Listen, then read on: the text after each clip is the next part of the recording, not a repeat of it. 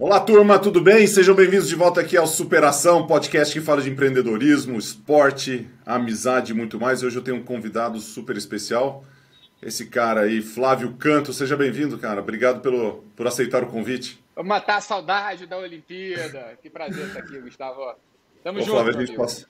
a gente passou muito tempo junto ali durante os jogos, grandes stories, grandes Tava com saudade? transmissões. Oi? Tava com muita saudade? Muita saudade, cara. De vez em quando eu te marco aqui nos stories pra gente ir conversando, pra gente trocar uns Foi seguidores, divertido. né? Mas Mas foi muito divertido, legal. foi muito legal. E Flávio, obrigado por estar aqui, cara. Eu tava pensando aqui, quando você entrou e quando eu te convidei para fazer o podcast aqui, quando a gente se conheceu. Eu tava tentando identificar o momento que a gente se conectou. E você é um pouco mais jovem do que eu, né? A gente teve algumas Olimpíadas em conjunto ali. 2000 você participou, né? 2004. Eu fui para 96. 96, aí 2000, isso. 96, Atlanta. E aí, Você ganhou duas em Atlanta? eu ganhei 2 medalhas em 96 em Atlanta. Foram duas. Em 96 eu lembro do seu nome, mas eu não lembro de ter me conectado contigo. Né? E em 2000, aí eu já me lembro, junto com os judocas ali, o Thiago Camilo ganhou a medalha de prata, aquela coisa toda. Aí eu lembro de estar mais envolvido com o pessoal do judô, porque às vezes não tem essa conexão, né, dos esportes, você está muito focada na sua área. E aí, qual que é a sua lembrança aí de como a gente se conheceu? Você tem alguma? Tenho, total. E é engraçado, porque são poucos momentos que você lembra de onde você estava, né? Eu me lembro alguns episódios marcantes, né? Brasil campeão em 94, eu me lembro onde eu estava na Copa do Mundo. Queda das Torres Gêmeas, eu me lembro onde eu estava. Ayrton Senna, a medalha de ouro do Aurélio Miguel, eventos Sim, sim. marcantes. E eu me lembro da tua... E não foram muitos não, tá? Mas eu me lembro da sua Olimpíada em Barcelona, quando você ganhou a medalha de prata. E eu era moleque, eu tinha começado antes de fazer judô, eu tinha começado na natação. Eu em Lá no 84 assisti Fluminense, o né? No Ricardo Fluminense. Prado Flamengo. no Flamengo. Eu cheguei a ficar no Flamengo. Nadava com uma galera boa, Kingston, Pedro Monteiro, uma galera que depois chegou longe. Mas eu era daquele grupo dos melhores o pior, né? Eu não saía da raia 8, que era a raia dos piores. Todo ano era tipo uma troca de faixa que tinha o pessoal evoluindo. Eu fiquei anos na raia 8. E eu me lembro muito bem, né? Eu vi o Ricardo Prado em 84, então eu acompanhava a natação com carinho. E eu acompanhei a tua medalha junto com meu pai, lá no escritório do meu pai, na casa deles ali. Tenso, né? Porque quando chegou, não saiu, não tinha no placar o teu nome ali, tava aquela confusão.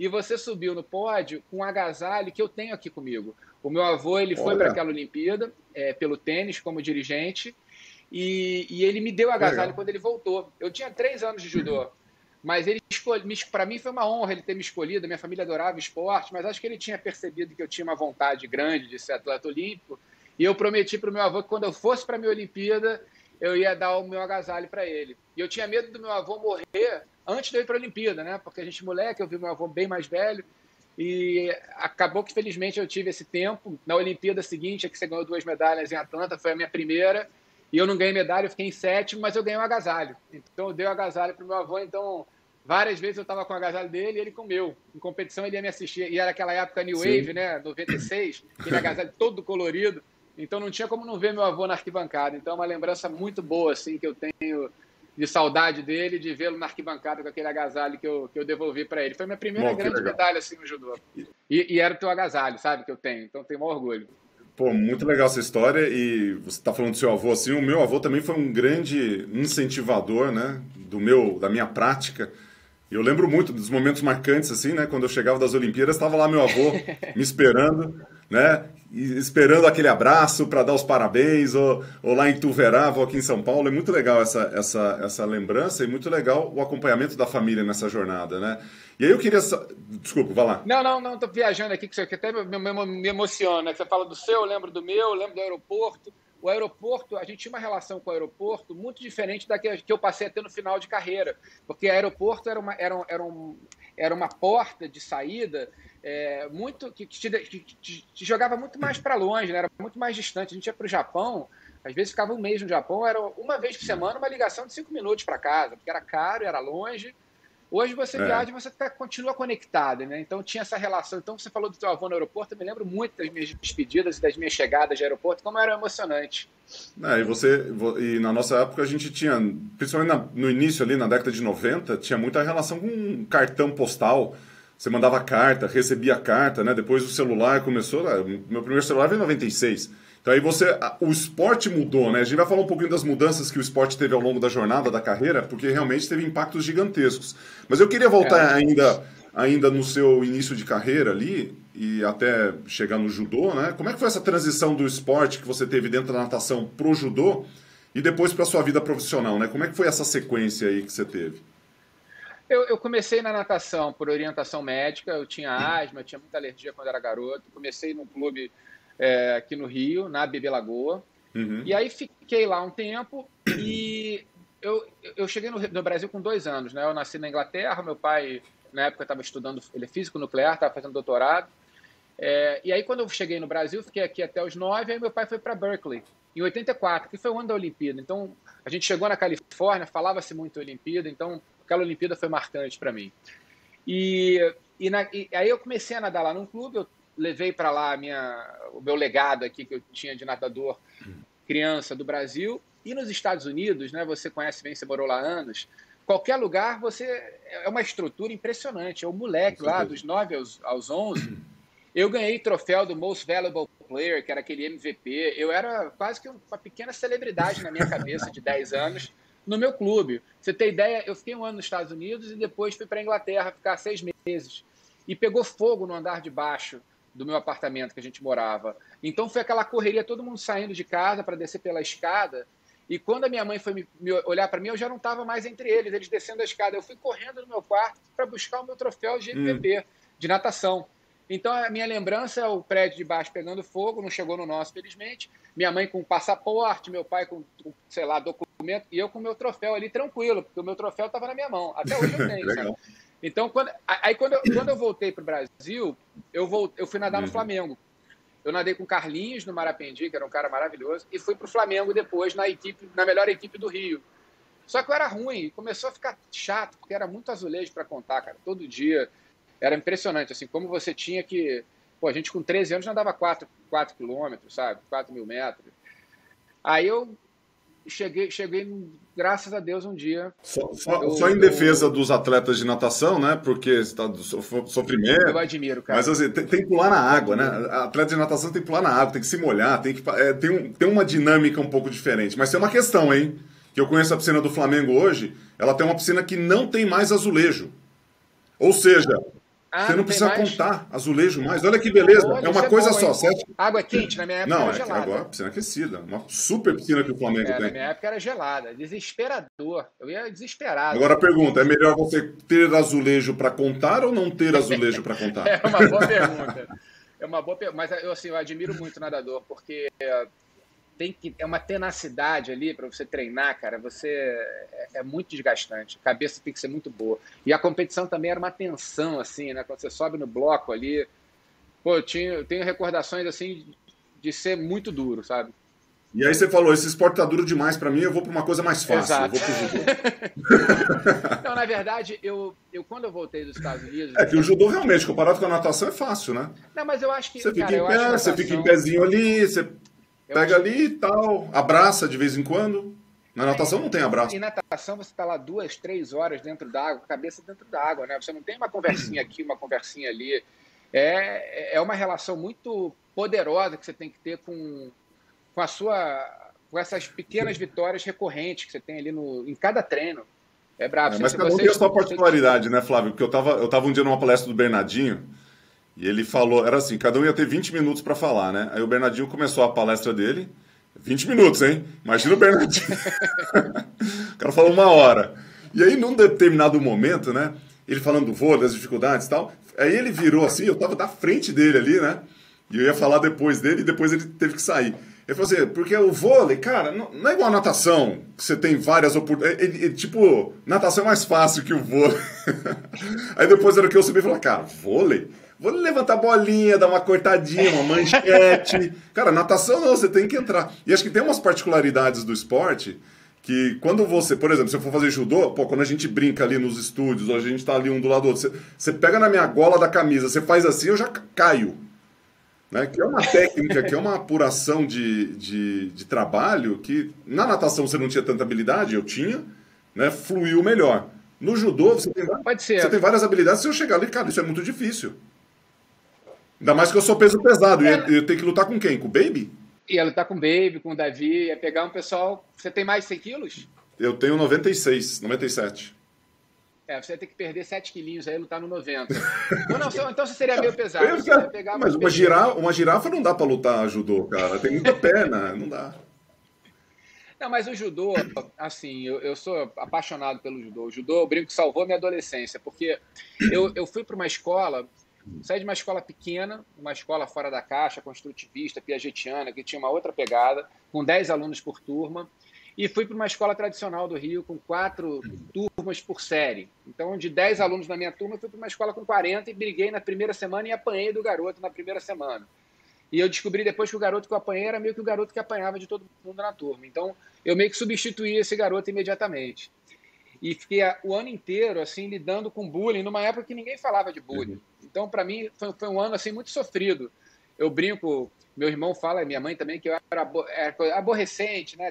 13 anos, aquela fase difícil. Mas eu sofri muito aquele ano. Eu ia para a escola com medo, sabe? Aquela coisa de não saber como lidar com aquilo. E aí, um belo dia, nesse mesmo lugar que eu assisti a tua medalha, escritório do meu pai, eu assisti a medalha de ouro do Aurélio.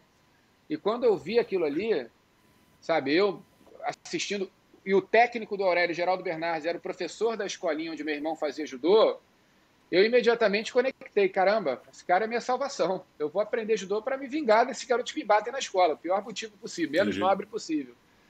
E aí entrei no judô, primeira aula aprendi a cair, ou seja, continuei apanhando no judô durante um tempo, e o técnico, um dia eu fui meio que reclamar com ele, com o Geraldo, ele falou, olha, como é que eu vou te ensinar a derrubar se você não sabe cair? Primeira coisa que a gente faz é aprender a cair. Depois que você aprender a cair, eu te ensino a derrubar, porque se você aprende primeiro a derrubar e você numa luta cai, você nem levanta, porque você não sabe cair. Então tem que saber cair com segurança, com autoconfiança, para você poder entrar numa luta sem problema. E aquilo para mim fazia sentido, sabe? Cara, quando você fala isso, a reflexão, assim, a gente já se conecta há muitos anos aí, a gente já bate altos papos, as coisas vão se misturando, né? E às vezes um aprendizado, uma frase, uma colocação, ele te faz refletir sobre a vida, né? Sobre o trabalho, sobre o caminho, né? E o judô, ele tem muito dessa experiência de vida.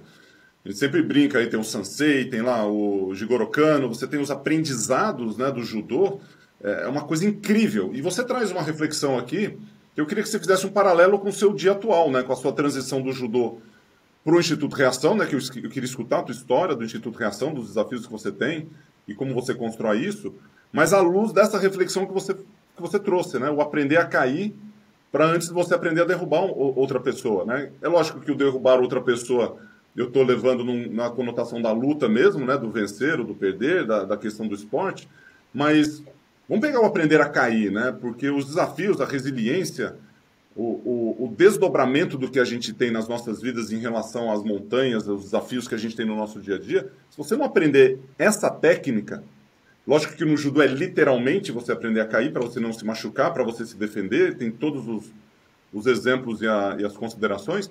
Mas como é que é o aprender a cair na vida para que você também aprenda a derrubar os seus desafios, né? Que no caso você não está derrubando uma outra pessoa, você está derrubando os desafios, está derrubando as montanhas que você precisa derrubar ao longo da jornada. Como é que é isso para você, né? Essa visão do judô para a vida de trabalho, vida pessoal, vida profissional? Cara, eu acho que essa é a metáfora para mim mais bonita do judô e que eu trago, obviamente, para a minha vida pessoal e para construção da nossa metodologia dentro do nosso instituto, que tem um nome, não por acaso, reação, né? Em alusão a esse momento que eu acho que é o momento mais importante que a gente tem no judô, que é quando você levanta. Você cai, você levanta, você reage. Então, mas o que eu acho que é legal do judô, assim, é o paradigma do aprendizado, diferente do que a gente se acostumou a aprender na escola, né? Você aprende pelo paradigma da vitória, né? Eu repito o que o professor falou para tirar uma boa nota, então acabo não sendo tão ousado, tão criativo, porque eu repito o que passaram para mim. No judô você começa aprendendo a perder. Então você é ensinado a perder. É difícil você na escola alguém te ensinar a perder. Né? Hoje no judô você, quando começa, você aprende a cair. Aí estou fazendo uma analogia com cair e com perder. E depois que você se torna Uhum. um exímio caidor, você está preparado para aprender a derrubar, está preparado para vencer. Antes disso, você não está preparado. Então, com isso, eu acho que você cria uma relação com a derrota muito mais sinérgica, orgânica, do que se você não tivesse aprendido por esse paradigma. Eu acho que isso tem um pouco do taoísmo, que tem muita influência no Bushido, que é o código do samurai, que inspira muito o código do judô, né? Essa relação com vencer, com perder. Aí quando você vai para o samurai era com viver, com morrer, né? Para o mundo moderno a gente traz para perder e vencer. Então acho que isso acaba criando uma relação do aluno, do atleta, do judoca, muito mais Uhum. bem resolvida com cai e levanta, né?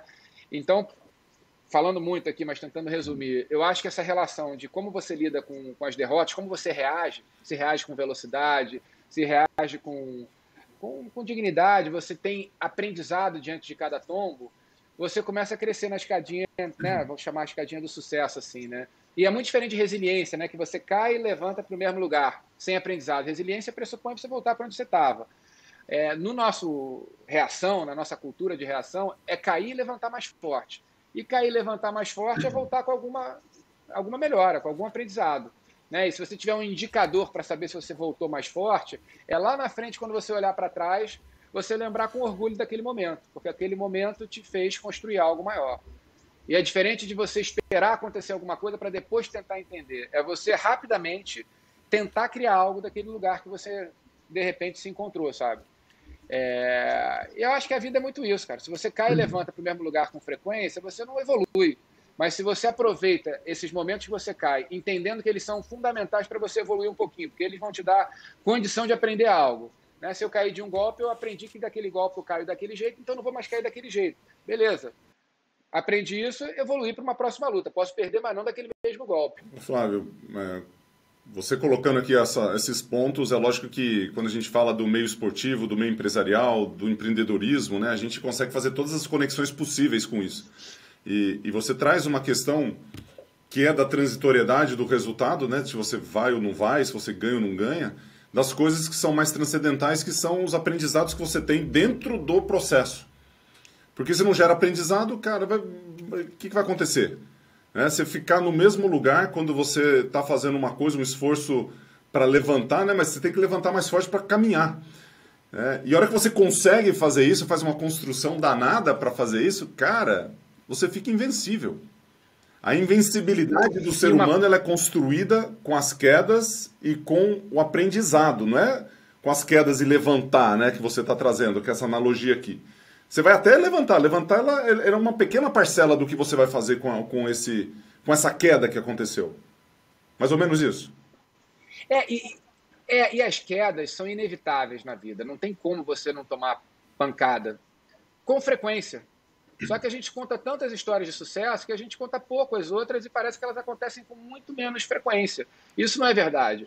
Tenho certeza que a gente for contar a história da tua vida, das suas medalhas, você vai ter tantos tombos que você tomou. Né? Eu gosto muito de trazer a história do Ronaldo Fenômeno. Eu não conheço pessoalmente, mas se você olha para aquele título mundial dele em 2002, ele com o cabelo do Cascão, levantando o troféu, fez 2 gols na final, muito pouca gente associa o que ele tinha vivido 4 anos antes. Né?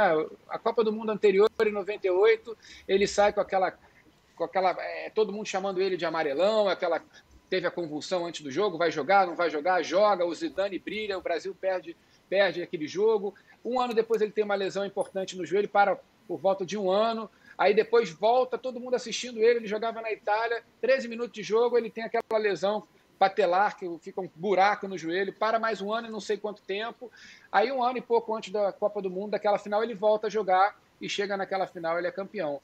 Essa é a história para ser contada, mas ninguém associa muito, ou seja, ele certamente conseguiu ter uma força interior para se levantar de todos aqueles momentos um pouco melhor, que fez ele chegar naquela Copa do Mundo e fazer aqueles 2 gols. Eu acho que não teria feito se não tivesse passado por tudo isso e enfrentado do jeito que ele enfrentou, sabe? Então, é um pouco por aí para mim, assim. E aí, quando você percebe e entende isso, você começa, eu tenho muito isso, identificar com mais velocidade uma derrota ou um tombo, sabe? E para mim, identificar um tombo, identificar uma derrota significa preciso fazer algo novo, preciso aprender alguma coisa disso aqui. O Reação começou assim, eu vim de uma seletiva que eu achei que eu fosse para Sydney, eu fui como reserva em Sydney. Eu era favorito, perdi a seletiva, fiquei um mês lá em Sydney refletindo sobre o que seria o meu levantar mais forte daquela Olimpíada. E como eu já tinha muitos anos vontade de fazer alguma coisa nessa área de transformação, de responsabilidade social, eu achei que era o momento oportuno. Pô, tenho certeza que se isso aqui der certo, eu vou olhar para trás e vou sempre olhar com orgulho para esse momento. Eu queria pegar esse ponto, ô Flávio, porque a gente está falando de superação, né? O que é superação para você? Você já deu várias dicas aqui do que... A hora que você separa a resiliência do crescimento e do aprendizado, né? Você já está falando, cara, isso aqui você supera a tua expectativa, isso aqui você mantém mais do mesmo, né? O que define, o que é superação para você? Eu gosto de superação, eu acho que a gente pode trazer autossuperação. A gente, no nosso projeto socioemocional, dentro do esporte, a gente tem uma série de valores. E um deles é a superação, que a gente substituiu a excelência por superação. Porque a excelência eu acho que pressupõe um lugar fixo, que não necessariamente é o mesmo para todos, né? Excelência, se a gente for falar no esporte, é o número, é o pódio lá, a medalha de ouro. Essa é, digamos, o maior indicador ou símbolo de excelência. Mas eu acho que o mais bacana a superação é mais forte, porque ela fala muito da sua autossuperação. E quando você chega no melhor lugar possível que você poderia chegar, você chegou na sua excelência.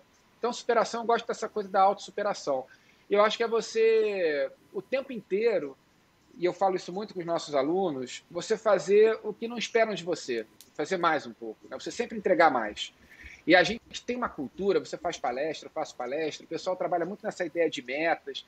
Quando você tem uma meta fixa e você atingindo essa meta, você está ok, para mim um pouco aquela cultura de passei com 7.1, porque a média era 7, passei.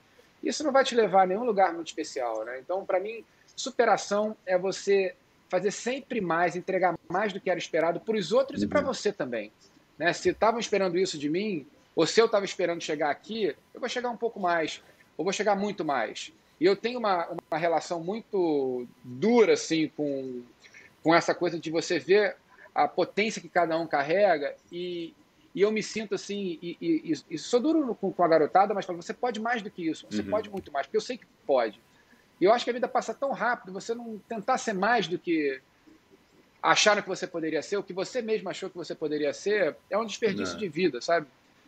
Então, para mim, superação tem a ver com você fazer o que não era previsto, o que não era esperado, fazer mais do que até você mesmo esperava de você. Isso é legal, porque a gente trabalha com alto rendimento, alta performance, e às vezes tem um pouco de confusão mesmo. E o mais legal das palavras, até que você trazendo uma reflexão sobre a palavra excelência, que eu gosto muito, a forma como a gente identifica a palavra e a gente... Não indo para o dicionário, né? Mas indo para o que a gente percebe que essa palavra significa para a gente, ela faz total sentido. Então talvez a minha percepção da palavra excelência seja um pouco diferente da sua, apesar que você pegar algumas palavras no dicionário, ela pode ter um significado diferente, né? No meu caso, na natação, no esporte, isso ao longo da minha vida toda, eu sempre imaginei a excelência muito ligada à superação e muito ligado a fazer alguma coisa acima da média, mas sempre comparando com você mesmo. Então eu sempre pedia, quer fazer o melhor. Né? E a excelência, quando eu era jovem, né, quando eu era moleque lá em Ituverava, minha mãe falava para mim caprichar, né? A gente fala para os nossos filhos, ei, caprichem, né? E o capricho, ele tem a ver com você fazer o melhor. Você fez um desenho, a criança lá desenhou. Aí de repente a mãe olha e fala assim, putz, esse foi o melhor que você fez? Dá para caprichar mais? Aí a criança fala, dá. Sempre dá para caprichar mais, né? Porque a gente está constantemente em transformação, né, Flávio? Porque uma das questões, a gente é um ser inacabado, né? A gente não acaba nunca. A gente veio aqui para dar resultado.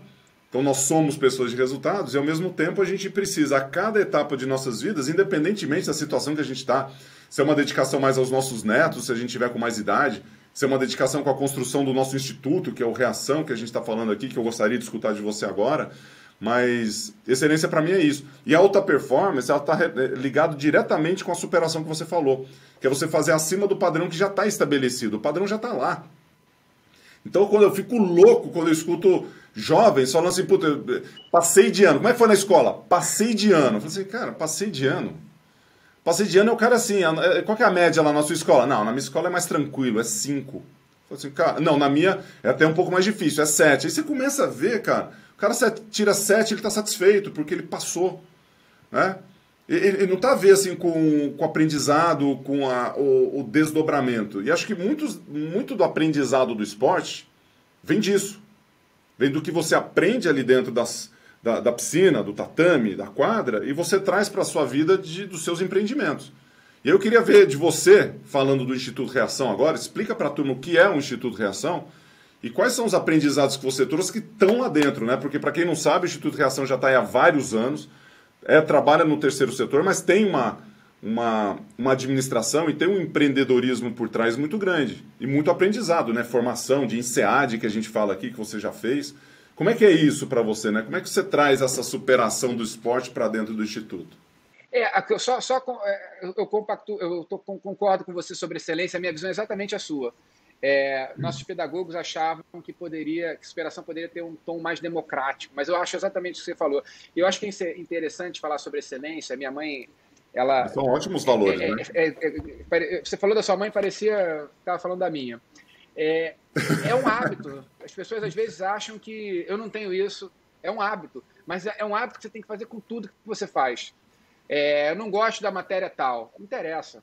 Eu vou ser o melhor possível nessa matéria porque é um estado de espírito meu. Ser o melhor que eu puder em tudo que eu faço.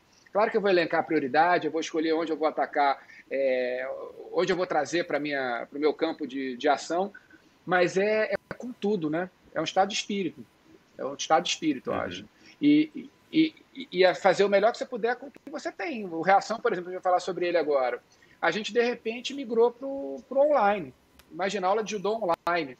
O pessoal fala, pô, mas como é que a gente vai fazer? Cara, dentro do que a gente pode fazer hoje, a tal excelência, a nossa superação, é entregar o melhor produto possível para essa garotada no ambiente online. Então, a minha almofada foi meu parceiro de treino. Eu botei a faixa na almofada, dei o nome lá de Wilson, né? Pouco original, do Náufrago, daquele filme, e todo dia minha casa virou um tatame e todo dia a gente dava aula online. É melhor do que a aula presencial? Não é, mas naquele momento era a nossa excelência. E acho que essa é a grande confusão que as pessoas têm e causadora de ansiedade, né? E aí você acaba não fazendo as coisas. Cara, o mais alto grau de excelência é o centro maior, é o centro melhor, é o local que tem tudo. Esse é o mais alto grau de excelência, né? A gente acaba pensando que é isso. Agora, cara, você tá lá numa comunidade mais humilde, você está lá numa cidade do interior que não tem... Qual que é o melhor que você pode fazer dentro dessas condições que você traz, né? Que acho que isso separa você fazer ou não fazer alguma coisa. E os atletas, né, eles têm essa capacidade de fazer, né? Tudo bem que nós somos seres humanos, mas os atletas, eles são fazeres humanos, porque a ação, né, e a reação, né, que é o nome do teu instituto, ele traz essa pegada de fazer, né? Como é que você se preparou dentro de... Vai lá. A última coisa que você começa a trazer insight aqui, a gente vai pensando. E excelência também tem a ver com você saber identificar o melhor que você pode fazer naquela situação. Vou dar um exemplo. Eu fui como reserva para a Olimpíada de Sydney. O meu papel era ser o melhor reserva possível ali. Perfeito. Eu tinha que servir o titular da melhor maneira possível. A excelência seria que eu gostaria de estar lutando e tentar buscar uma medalha olímpica naquela Olimpíada, mas eu não tinha aquele lugar. Então, o lugar onde eu estava, porque às vezes as pessoas querem, eu quero ser o presidente da empresa, eu quero ser isso, eu quero ser campeão, mas primeiro você tem que ser o melhor estagiário possível ali. Você tem que ser o melhor reserva. São estágios que você tem que identificar e ser o melhor possível em cada momento. Ou seja, ser o melhor com as ferramentas que você tem com o teu contexto ali, sabe? Às vezes querem pular a etapa, né? Mas vamos do Reação, desculpa, me empolguei. Flávio, eu queria falar do Instituto Reação, cara. Como é que você se preparou para fazer isso? O que você estudou? O que você fez, né? Que aí a gente começa a ter os aprendizados do esporte para o aprendizado no empreendimento da nossa vida, né? Você hoje é comentarista da Rede Globo, participa dos programas, né? Não está apresentando nenhum programa hoje, né? Mas já apresentou programa, já esteve super envolvido. Tem alguma coisa rodando na Globo aí? E como que é essa sua... Eu estou apresentando, não sei quando é que vai passar, né? Mas o Conexão Tóquio, né? Que é o Ohio de Tóquio, né? Do Paralimpíada. Mas eu acho que já vai ter passado, Não, né? mas aí Pra falar sobre o isso. pessoal pode ter Desculpa, assistido aí e você está muito envolvido com a Globo. Mas eu queria falar do Instituto Reação, né? Como é que você se preparou e o que você fez, né? Você falou dos teus aprendizados aí de estudo. Defina o Reação e me fala como é que você se preparou para tocar esse projeto aí. Me Pô, fala como é que você Reação, se preparou para a tocar esse inspiração projeto aí. máxima é a cidade que eu cresci, Rio de Janeiro, né? Tem essa peculiaridade geográfica de montanhas espalhadas pela cidade e opulência e miséria vivendo nos mesmos bairros, então não tem como você não enxergar tanta desigualdade. Então eu cresci nesse ambiente e ao mesmo tempo indo e voltando do Brasil, né? Eu nasci fora, morei fora, entrei na seleção com 19 anos, estava sempre viajando e voltando, normalmente para países mais desenvolvidos que o nosso. Então para mim sempre foi um choque grande, né? Ver a realidade que a gente tinha no Rio. E aí eu já, desde garoto, tinha vontade de fazer alguma coisa. Aí, com 16, 17 anos em diante, eu fazia ações pontuais de filantropia. Isso foi crescendo na minha vida, né? Ir no orfanato no Dia das Crianças, fazer uma distribuição nas ruas na madrugada no Natal e outros eventos que a gente fazia ao longo do ano, até que chegou um momento que eu falei, caramba, já deu. Sabe, a gente não está mudando. Foi até um episódio especial. A gente tinha uma tradição dos meus amigos. A gente se encontrava na casa dos meus pais de madrugada e ia rodar na noite de Natal, na madrugada de Natal, distribuindo presente, mantimento nas ruas do Rio, né? E teve um dia que a gente tinha vários carros, um monte de coisa para distribuir e rapidamente acabou tudo porque tinha muita gente na rua. E muita gente, a gente está falando de criança, famílias inteiras, bebês. E eu voltei para casa arrasado aquele dia. E acho que ali foi marcante de pensar, caramba, eu tenho que fazer uma coisa que seja mais consistente. Não dá para você levar uma mudança de uma noite, assim. E aí desenhei um programa com alguns amigos meus de alfabetização. A ideia era alguma coisa na educação formal, que não saiu do papel.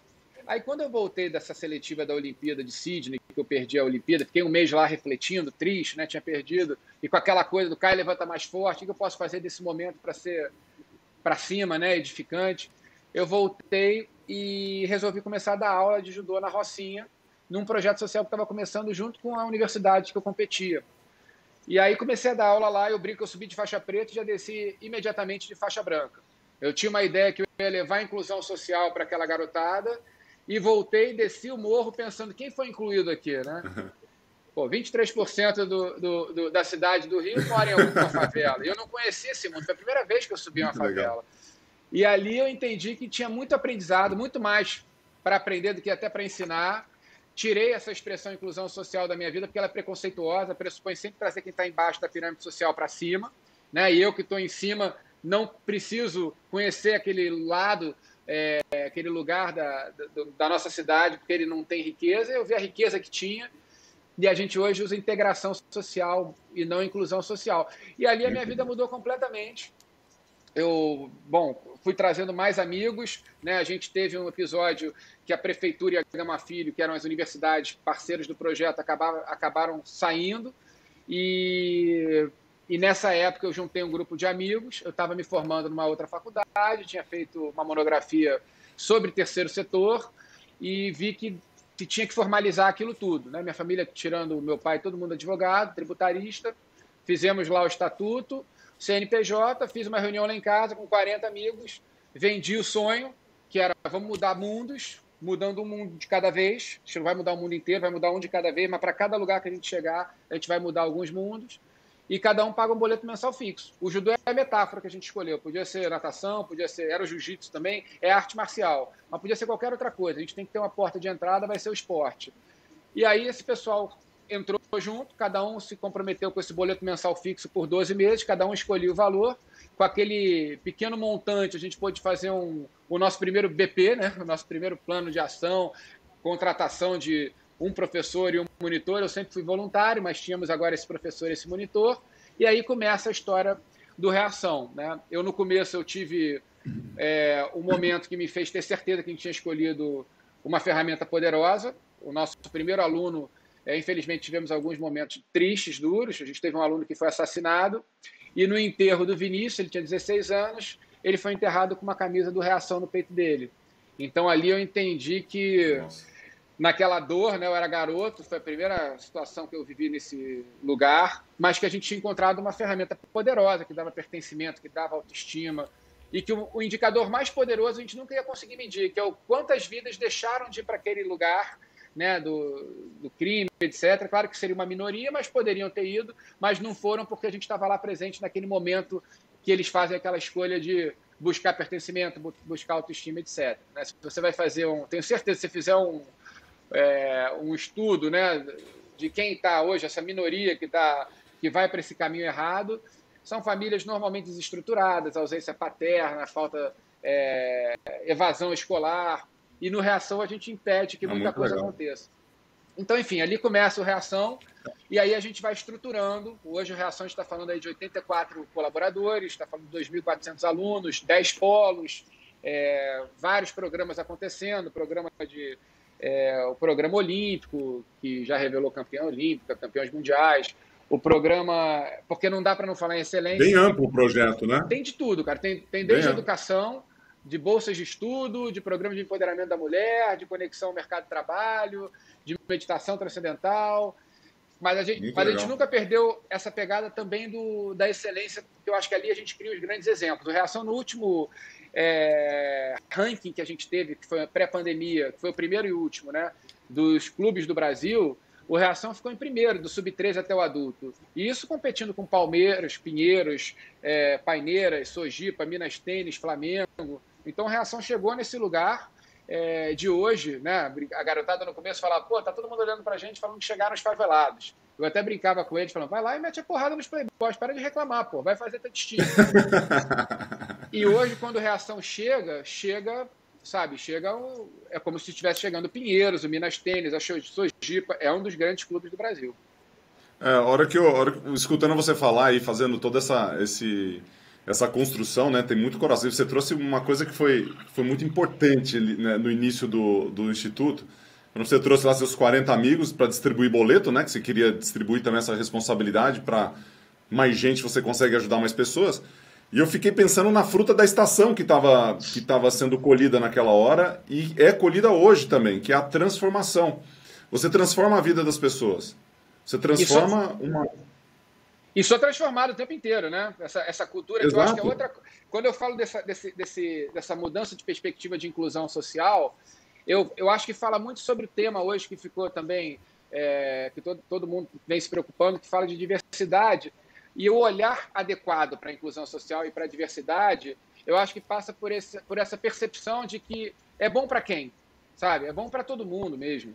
Então, eu acho que o Reação é uma missão nossa. Todo mundo que entra, seja parceiro, seja colaborador, seja voluntário, seja aluno, entender que aquilo é para todos. Não é um projeto, sabe? Aí eu falo até de outro projeto que a gente entrou agora, que tem a ver com esse lugar que eu imagino que seja a nova onda, a terceira onda, né? Começou com filantropia, depois com responsabilidade social, e agora a gente está partindo para um lugar que tem a ver com o que foi feito comigo, né? Que é de promover a integração social, que eu acho que é o que tem de mais força para a gente realmente mudar as coisas. Separando um pouco da inclusão, né, que você trouxe, da integração, né, que é uma palavra muito forte. Você mencionando aqui, eu lembro de uma frase que o Roberto Tranjan, que também já participou do nosso podcast, que ele fala o seguinte: você só reconhece aquilo que conhece. Né? E quando você subiu ali na favela para fazer uma ação, você não reconheceu aquilo, porque você não conhecia. Aí você desceu a favela falando, cara, olha a transformação que isso teve em mim. Né? E aí aquele espírito de luta, aquele espírito de ajuda, de contribuição, ele veio à tona. Né? E isso é muito legal, percebo isso nas suas palavras. Né? E aí, pegando isso, essa tua veia de aprender, né? De cair e levantar, queria saber de você, falar, de onde você se alimenta, cara? De onde vem tudo isso, né? De onde vem o Flávio Canto nessa jornada, né? De onde fonte de inspiração, de onde você se alimenta? Cara, eu acho que para mim, assim, quando a gente vai falar de gratificações, né? O que te faz sorrir, né? Pensando mais amplamente, né? Em relação à vida. Eu tenho, assim, o que é sucesso para você, né? Aí eu posso falar um pouco dessa pegada do Reação, né? Eu, quando era atleta, para mim, sucesso estava muito ligado a cair e levantar mais forte. Né? Eu vou me fortalecendo, eu vou aprendendo com as derrotas que eu tenho e vou me tornando uma pessoa mais vitoriosa, mais vencedora. Minha escadinha do sucesso estava nisso. Quando eu comecei a dar aula, aos 25 anos, e eu virei sensei, e a tradução literal de sensei é aquele que veio antes, é o que ilumina caminhos, eu comecei a ressignificar a minha relação com o sucesso, porque para mim passou a ser quantas pessoas eu ajudava de alguma maneira a se levantarem, a crescerem. Então eu acho que hoje, quando eu faço essa relação de sucesso, é quantas vezes eu me levanto, sempre quantas vezes eu me levanto mais forte, e quantas pessoas, especialmente, eu levanto nesse caminho que eu tenho. Então, fazendo uma analogia com o mundo atual, né, corporativo, a gente fez uma transição do mundo da performance, que é da geração X para trás, que é a Show Me the Money, que é a nossa geração, para a geração legado. E eu acho que hoje as empresas que são modernas, as pessoas que eu acho que têm mais fit com o mundo atual, que é o que a gente precisa hoje, tem uma relação mais forte com tal compartilhar. Então, hoje, na nossa jornada do caminho, que a gente chama o nosso método de caminho, a gente fala sempre de 3 pilares: construir, conquistar e compartilhar. Se você só tem construir e conquistar e não tem compartilhar, você tem um sucesso capenga, pela metade. Quando você colocar na equação de sucesso compartilhar, ou seja, quantas pessoas eu levanto ao longo do caminho, aí eu começo a falar de um sucesso muito mais amplo, né? Um sucesso em time. A vida é uma competição por equipe, muito mais do que uma competição individual. Então, hoje, a cultura que a gente quer passar para a nossa garotada, e que a gente errou muito tempo, que a gente ficou muito tempo nessa coisa de empoderá-los. Potência, cai e levanta mais forte, cai e levanta mais forte. Você vai se tornar um casca-grossa, senhor do seu caminho, vai ser bem-sucedido, faixa preta dentro e fora do tatame. O que significa isso? E hoje a gente tem clareza. Significa que eu tenho que trazer para a minha equação de sucesso quantas pessoas eu levanto ao longo do caminho. Ou seja, o tempo inteiro, para tudo que eu vejo, eu penso no construir, conquistar e compartilhar. Todas as etapas do caminho. Isso sempre. É muito legal, cara. E para uma geração, Gustavo, que hoje quer conquistar sem construir e quer compartilhar o que não conquistou nesse mundo de redes sociais. É muito doido isso. E as pessoas aceitam esse tipo de personagem, mas esse tipo de personagem, ele é raso, ele não tem solidez no longo prazo. E aí, voltando para tudo que a gente estava falando antes, a gente precisa desenvolver pessoas que tenham afeto pelas 3 etapas do caminho. Afeto pela construção, pelo conquistar e pelo compartilhar. Se a pessoa só tem afeto pelo conquistar e ela não conquista tal medalha sonhada, aí ela joga fora a jornada. Ela precisa ter prazer em sofrer, em superar aquele sofrimento diário de autossuperação.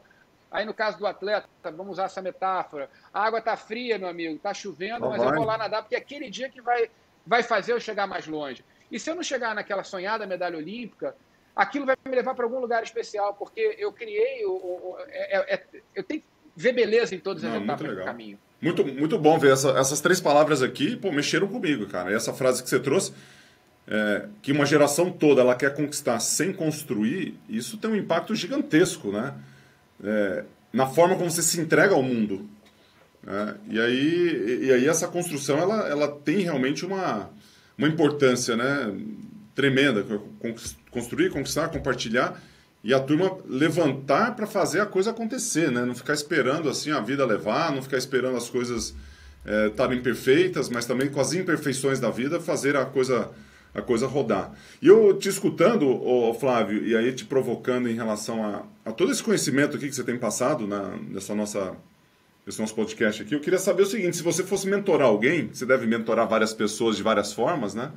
E você fosse falar o que te torna uma pessoa de sucesso para essa pessoa, que você está mentoreando, né? Não sei a palavra correta aqui, mas você é um mentor dessa pessoa, o que você falaria para essa pessoa que te torna, o Flávio, uma pessoa de sucesso? Por que você é assim? Assim, primeiro, quando você fala eu sou uma pessoa de sucesso, eu acho que sucesso ou perfeição é inatingível, porque é um estado de busca permanente, né? Você está o tempo inteiro buscando. Então, acho que quando você acha, a gente usa ali o mantra faixa preta com espírito de faixa branca, espírito e fome de faixa branca, o tempo inteiro. Então, por mais que você tenha uma faixa preta na cintura, você tem que estar sempre usando uma faixa branca ali do lado. Então, acho que isso é uma relação que a gente tem muito forte dentro da arte marcial, porque você está sempre caindo, né? Por melhor que você seja, na minha época, eu fui primeiro do ranking mundial, eu caí muito no treino, derrotas inesperadas. Eu, por exemplo, esse braço aqui, ó, não dobra todo, porque nos Jogos Pan-Americanos de 2007 estava em primeiro no ranking mundial, tinha uma medalha olímpica, ganhei do cubano na minha primeira luta, na semifinal peguei um americano, que era um garoto na época, era o reserva do titular, ele me jogou, botei a mão no chão, quebrei o braço. Saí carregado dos Jogos Pan-Americanos, primeiro do ranking mundial na época. Então, como eu vou achar que eu estou pronto em algum momento da minha vida, se qualquer momento é momento para perder alguma... Então, assim, é mudar um pouco, né, o chip aqui para estar preparado para levantar rápido quando cai. Então, quando você fala de mentoria, eu acho assim, prepare-se sempre o pior. Eu gosto dessa ideia. E vou trazer recentemente teve uma luta do Conor McGregor, que é o irlandês fanfarrão, contra o Dustin Poirier. O Conor McGregor era favorito e perguntaram para ele antes como é que ele via aquela luta. Aí ele falou, eu vejo como uma obra de arte. Em 1 minuto eu vou detonar o Dustin Poirier, vou dar um nocaute que vocês nunca viram nada igual, tal.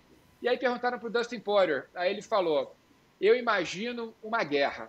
5 rounds, eu terminando a luta ensanguentado, destruído, mas no final com o braço erguido. E aí eu fui comentar a luta e eu fiquei observando no relógio, quando passasse de 1 minuto, como é que ia ser a expressão facial, né, o semblante do McGregor. E eu senti, pode ser viagem minha, que ele foi fading away, sabe? Ele foi caindo ali. E no segundo round, o Poirier, ele vence a luta. Mas, resumindo aqui, eu acho que você tem que estar preparado sempre para uma guerra. E sempre... Expectativa e realidade também, né? Ele desenhou o mapa, mas o terreno estava diferente, né? Exato, exato. Então, assim, eu acho que é uma construção permanente, recorrente, infindável, de estar buscando repertório. A história do faixa branca o tempo inteiro, espírito de faixa branca sempre. Eu acho que isso aí é super importante ter. E eu acho que as pessoas muitas vezes querem moleza, esperam moleza, e às vezes ela vem uma moleza aqui, vai vir, mas não vai vir sempre. Com certeza. Então, acho que assim, a sorte privilegia quem está em movimento, sabe? Você está o tempo inteiro aprendendo, reaprendendo, não achar que o que você fez ontem vai funcionar amanhã, porque o mundo é dinâmico. Está o tempo inteiro evoluindo. Que é o que você está fazendo hoje. Eu estou acompanhando você nas suas redes sociais, você está se reinventando, cara. É lindo ver isso. Você, porra, multimedalista olímpico, e hoje, porra, virou um cara que... E tá levando esse tal... Você é meu amigo. Não, mas é verdade. E uma coisa bonita, Gustavo, da tua história, você tá levando todo o teu aprendizado de um cara que realmente fez acontecer, fez chover, para outras pessoas. Então, construir, conquistar e agora o compartilhar... aí você vai pensar na jornada do herói de Campbell, né? Você tem a separação, você tem a jornada e você tem esse retorno. Você está vivendo essa fase bonita do retorno para levar para as pessoas todo o seu aprendizado, cara. É lindo ver isso, sabe? Eu fico super... eu te acompanho nas redes sociais o tempo inteiro, sou teu amigo, mas é a parte talvez mais bonita da vida, que você devolve, né? O pay forward. Você leva adiante o teu conhecimento, você estrutura ele, você tem essa capacidade, né, por toda a tua, todo o seu desenvolvimento intelectual. E é muito maneiro ver isso, cara. Eu fico assim, porra, felizão. E você traz essa questão aí de compartilhar e de você mostrar, entregar conteúdos, entregar experiência, né? Que a experiência você tem, ao longo da vida, você tem boas experiências, más experiências, mas no final das contas ali, se você contar tanto as boas quanto as ruins, isso vai ajudar alguma pessoa. Que você viveu, que você já passou, como você entrega. E aí as leituras, elas servem para isso, né? Para te forjar de uma maneira diferente. Os mentores são pessoas que acabam te ajudando ao longo da vida, né? Dentro do judô tem vários mentores aí que você sempre menciona. E isso acho que é uma coisa bem legal. E eu queria saber de você, assim, você mencionou alguns livros aí, algumas leituras. Deixa umas dicas de livros aqui pra gente e pessoas que são mentores aí da sua vida. Você tem alguma referência aí que você gostaria de compartilhar? Não, vou ter um monte aqui. Se deixar, eu vou falar até amanhã aqui. Mas vamos lá, tentar não ser prolixo. Bom, meus pais, né, sempre... Então vai, 3 livros e 3 mentores, então. Vai, 3 livros e 3 mentores. Vamos lá, então. 3 mentores. Cara, acho que meus pais... Vou puxar aqui os 2, assim, porque sempre me incentivaram a ser o que eu quisesse ser, sabe? Eu brinco, a minha mãe era do tipo que se eu quebrasse a janela do vizinho, tacando uma pedra, ela me dava uma bronca, mas elogiava a minha pontaria, sabe? Esse tipo de... Uhum. E meus pais são duas pessoas, assim, que sempre me inspiraram, sempre me motivaram a fazer o que eu quisesse. né? Eu acho que eu tenho a minha mãe fez letras, meu pai físico nuclear, então eles têm uma relação muito forte com o estudo, com a educação. Então, eu talvez o melhor lugar onde eu tenha mais, talvez não, o lugar onde eu mais aprendi foram nos jantares que eu tive ao longo da minha vida em família. Eu, meu irmão, meu pai e minha mãe. A gente jantou junto a vida inteira, né? Quando a gente morava junto. Eu saí de casa mais tarde, né? Era atleta. Então, esses jantares foram riquíssimos para falar sobre tudo. De política, esporte, a gente sempre teve esse momento junto, em família, no jantar, que eu acho que moldou muito essa nossa relação com família e com, acho que, assuntos mais variados. Perfeito. E o Geraldo Bernardes, o meu técnico, ele é o cara assim, que me ensinou a sonhar grande, mais do que qualquer outra pessoa. Eu entrei no judô com 13 para 14 anos, uma idade considerada bem avançada para você ter pretensões olímpicas. E ele fala que eu era o sonho impossível dele, mas ele olhava para mim, ele fala que eu tinha uma agressividade que ele via como muito adequada para transformar numa agressividade positiva, para desenvolver. E ele brincava que os campeões são forjados nas segundas-feiras depois de apanharem no final de semana. Eu apanhava sempre no final de semana. Bem atual, bem atual tarde, isso. sabe?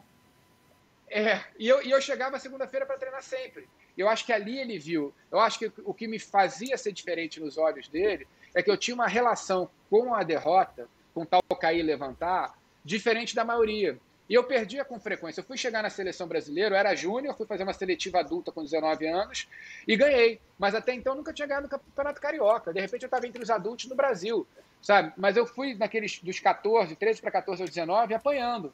Mas sempre empolgado, treinando o dobro. Aí o outro maluco, Paulo Caruso, meu preparador físico, também mestre, me ajudou na parte toda de neuasa, de chão, do jiu-jitsu. Também sempre nunca tiveram limites para treinar, sabe? Me colocava assim, eu treinava 7, 8 horas por dia, era uma coisa de maluco. Não existe isso. Mas deu certo, fortaleceu o meu espírito, sabe? Então esses foram meus principais, eu acho que, mentores, assim, se eu pudesse... Muito bom, cara. E eu gostei dessa frase. Essa frase é uma frase para postar, cara. Você viu a frase? Qual? Não, me ajuda aí. Eu chegava para treinar toda segunda-feira, vírgula, sempre. Cara, sempre. Essa frase eu vou usar, hein? Vou usar essa frase. Ela é sua? De quem que é essa frase? É nossa? É sua. Vou botar Gustavo Borges. Eu tava falando com o pessoal lá, sempre que tem frase, né? Sempre alguém já falou alguma coisa, tem sempre algum sonho, alguma pessoa de alta performance que já falou, já construiu, já fez, já escreveu alguma coisa em algum nível que você queira chegar, né? Já foi feito isso antes. Aí eu perguntei, pô, essa frase é sua? Aí ele falou assim, não, eu leio bastante, né? Ele falou, não, mas é sua essa frase? Eu vou postar ela. Eu falei assim, é nossa, vai. É nossa essa frase, mas eu vou dar crédito para você. Vou dar crédito para você. Eu chegava para treinar toda segunda-feira, fazia isso sempre. Aliás, eu anotei várias frases suas aqui, depois eu te passo. Mas Gustavo, essa história que as pessoas têm, né? Que fala, pô, para mim ficou muito claro assim. Eu primeiro tinha que treinar o dobro que todo mundo, senão não ia chegar. Eu estava 7 anos atrasado. Meus adversários tinham começado com 7, eu tinha começado com 14. Então era uma questão matemática. Você tinha feito natação, né? Você tinha feito natação, que é Sim. Viva a natação. Mas é verdade. Por isso, cara, valoriza. É verdade. Mas assim, a história de gostar do caminho inteiro, né? Da construção o tempo inteiro também. Para mim, o dia que eu acordava destruído, estava frio, era o dia que contava. Eu tinha isso na minha cabeça. Por exemplo, o dia do Natal, eu passei Réveillon já, Gustavo, fazendo a entrada de queda. Na contagem regressiva de 10, 9, 8, eu fazendo a entrada de queda ali. Para mostrar uma coisa de... Eu tô treinando mais do que os outros que agora não estão treinando. Eu tô treinando agora. Sabe? Então, assim, quais os dias que eu ganho tempo, que eu recupero o tempo perdido? Então, essa coisa me acompanha hoje também, assim, Fala aí. Isso é muito legal, que você falou de celebrações, né, de marcadores de sucesso, né, que você chegar no final do ano, você fazer o golpe lá na contagem regressiva. É só uma curiosidade, que já no primeiro dia do ano, eu já fiz 365 tiros de 25, a cada 30 segundos. Vamos treino. Então vamos treinar, vamos. Mas, cara, vamos fazer uma coisa diferente. Vamos fazer. E assim, era só para completar mesmo. Falar que fez, não tinha nenhum esforço. E agora faz perna, mas são 365, né? Então é coisa pra caramba ali, mas muito legal. Marcador de sucesso pra vida, cara. Pequenos hábitos aí que a gente faz dentro do nosso trabalho. E no caso, esses aí são marcadores pro sucesso, né? Para o Porque sucesso. são da fase de construção. Isso. Me dá os 3 livros, Flávio. 3 livros aqui para eu ir para o encerramento. Dicas de livro para a galera. Assim, eu tenho 3 livros. Eu tenho essa influência da minha mãe também na literatura, então vou trazer livros da literatura e depois trazer livros mais do universo que fala mais do que a gente conversou hoje. Da literatura, para mim, Dom Quixote é um livro para mim que me marcou muito. Eu acho que eu tenho uma coisa do Dom Quixote ali de sonhador, sabe? Minha mãe também achava, acho que por isso que ela deve ter me dado de presente. Grande Sertão Veredas, que é um marco para mim também, é uma obra de arte do Guimarães Rosa. Eu acho que é um livro difícil, né? Eu cheguei na página 70, não entendendo nada, tive que voltar tudo de novo, porque ele tem quase que um dialeto, né? Mas depois eu mastiguei cada palavra, é lindo. Eu gosto também dos Irmãos Karamazov, que é um livro também, para mim, forte, né? O Alyosha lá, que é o personagem principal, inspirado em Dom Quixote, Jesus Cristo, fala uma coisa de assumir a responsabilidade, a culpa por tudo e por todos. Eu acho que também, para mim, tem uma marca de você trazer para si essa responsabilidade de consertar o mundo, né? Tem a ver um pouco... Então, são 3 livros para mim, tem vários aqui nessa linha de literatura que eu acho muito legal.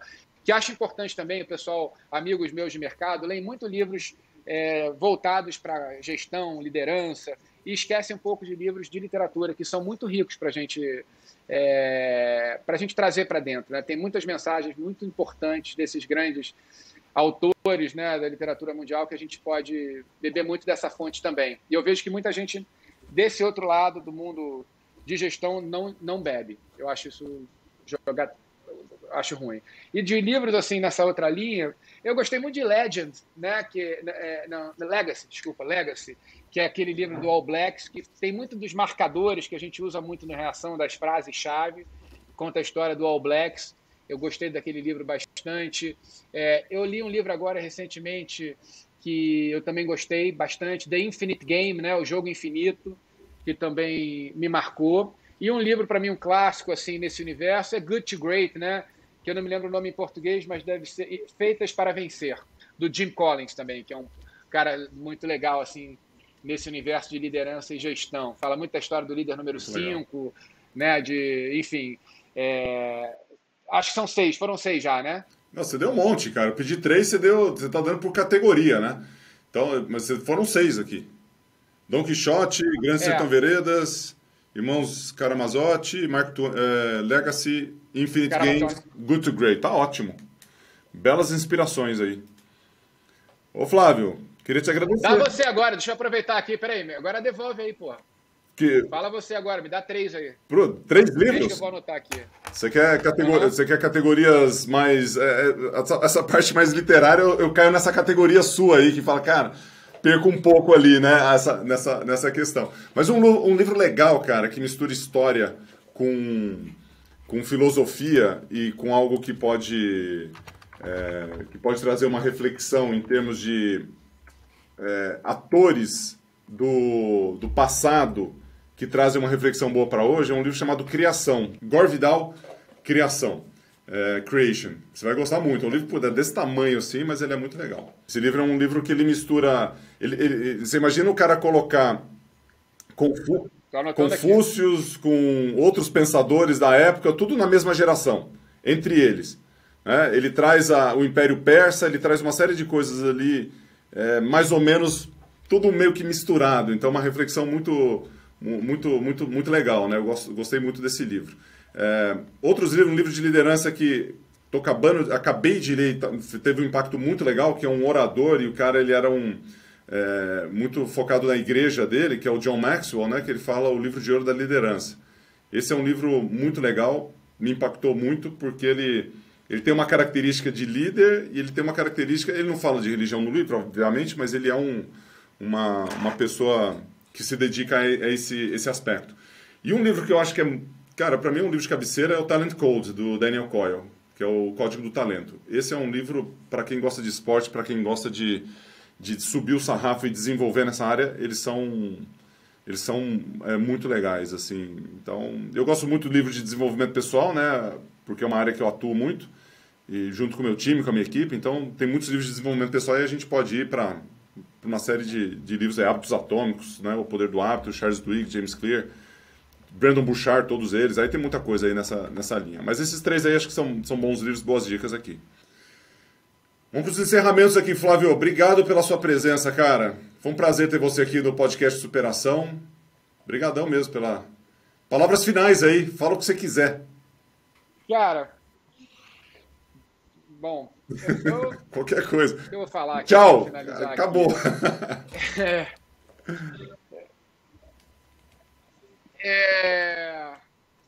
Pensando se tem alguma coisa bonita para terminar aqui de encerra, mas não, acho que continuar, keep it up, my friend. Keep it up, que você está brilhando aí nesse novo movimento que você está trazendo aí para a tua vida e para a nossa também, né? Porque é a história que a gente falou do construir, conquistar e compartilhar, né? Você está moldando agora o teu dia a dia para o compartilhar. E a gente se aproveita disso porque aprende muito contigo. Então, keep it up. Estou orgulhoso de você. Prazer Ainda ter você mais. aqui. Prazer ter você aqui. Um abraço. Valeu, Gustavão.